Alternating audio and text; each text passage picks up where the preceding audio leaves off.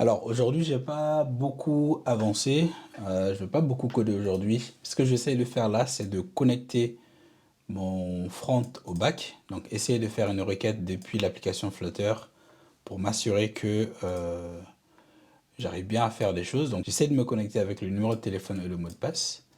Donc j'ai créé les fonctions qui permettent de faire cet appel.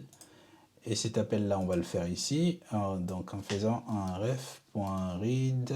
Ah, il faut que je crée un provider de celui-là. Il faut que je crée un provider de ça. Ok. Euh, c'est quoi? State provider API auth repository provider. Il va renvoyer un API auth repository. Et là-dedans, API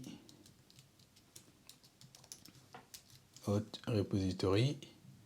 Et je dois lui passer un client, un API client. Je sais pas pourquoi il me dit que celui-là c'est un dynamique. Ah attends, faut que j'importe ça. Ah putain, c'était juste à cause d'un import. Donc ça, read ici ça change pas grand chose. Donc j'ai mon API auth repository provider qu'on va maintenant appeler ici. Donc, API auth repository provider. Sign in with phone number and password. Ce den là, on va pas le traiter tout de suite. Là, je veux juste voir si il me crée, s'il me renvoie le refresh token et le access token dans la réponse ici. C'est tout ce que moi je veux. Donc ici, dans phone repository. Ah ok. Là, il faut que je surcharge ce truc. Ouais, après, il faut que j'organise un peu plus le code, mais on verra après. Donc, maintenant, cette fonction-là, sign in with phone and password, je vais juste l'appeler au démarrage de l'application. Quand on va arriver sur l'onglet découverte, par exemple. Ou bien dans l'onglet mon compte. Ici, pour que s'assurer que ce soit bien. Bon, en vrai, ça change rien. Hein. Si je veux voir home screen c'est quelle page? Je sais même pas c'est quelle page. Home screen, accueil. Ok, home screen c'est ici. Donc quand on va arriver ici, je vais juste appeler cette fonction-là et vérifier qu'il me renvoie bien. Le problème c'est que je me rappelle plus des identifiants des utilisateurs que j'ai créés hier. C'est pas grave.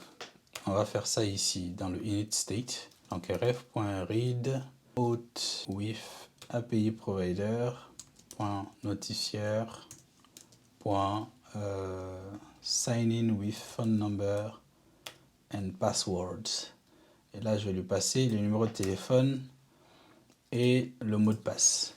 Par contre, je crois que j'ai perdu ces infos-là. Ouais, je me rappelle plus du tout des identifiants que j'ai créés en base. Donc, on va créer un autre utilisateur tout de suite. Comme ça, on va pouvoir tester ça en live. Post login, non, on va créer un utilisateur. Try it out. Il s'appelle Kratos. Son numéro de téléphone c'est plus 33. Et le mot de passe, on va dire que c'est God of War 2024. Donc là, ça devrait me le créer. Ok, ça me l'a créé. Maintenant, on va...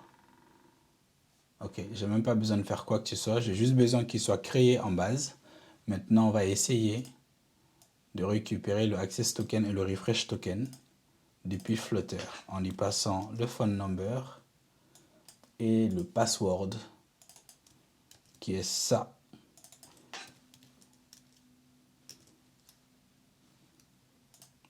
Voilà. Alors, je vais mettre des points d'arrêt ici aussi pour m'assurer que c'est bon. Donc, on va rafraîchir ça. Je pense que j'aurais peut-être dû arrêter le projet parce que j'ai ajouté plein de nouveaux packages. Ouais. Ok, je suis en train de modifier un provider, c'est à cause de là. Dans le init state, il n'aime pas quand tu fais ce genre de truc. Alors, c'est quoi? C'est un widget binding .instance.add post frame callback.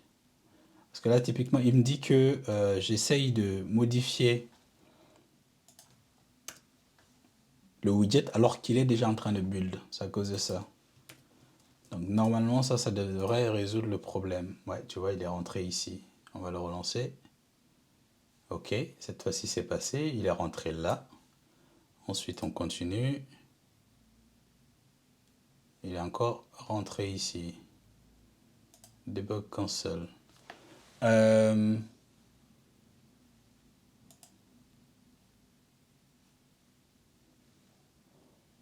n'est pas allé dans API autre repository. Il n'est pas truqué. Il n'est pas venu ici. On va mettre un point d'arrêt là et là. On va refaire. Ah, il y a peut-être une erreur. C'est peut-être ça à cause de ça. Ok. Ouais, il y a une erreur. C'est là qu'il y a un problème. Il n'est même pas en train de finir mon try. Il y a un problème dans le try, donc il va dans le catch. C'est bien ce qui se passe. Il vient bien ici. Et dans ce cas, il m'a donné quoi? Error invalid argument. No host specify for URI. J'ai pas spécifié de host. What the fuck? Ah. J'ai pas initialisé mon client. Faut que je fasse ça dans là en fait. Dans le constructeur. Est-ce que c'est mieux comme ça? Ouais, parce que je n'initialisais pas ça. C'est là que je lui passe le base URL. Bon, peut-être que mon base URL, il sera toujours pas bon, mais je pense que je devrais avoir un autre type de message d'erreur là. Déjà.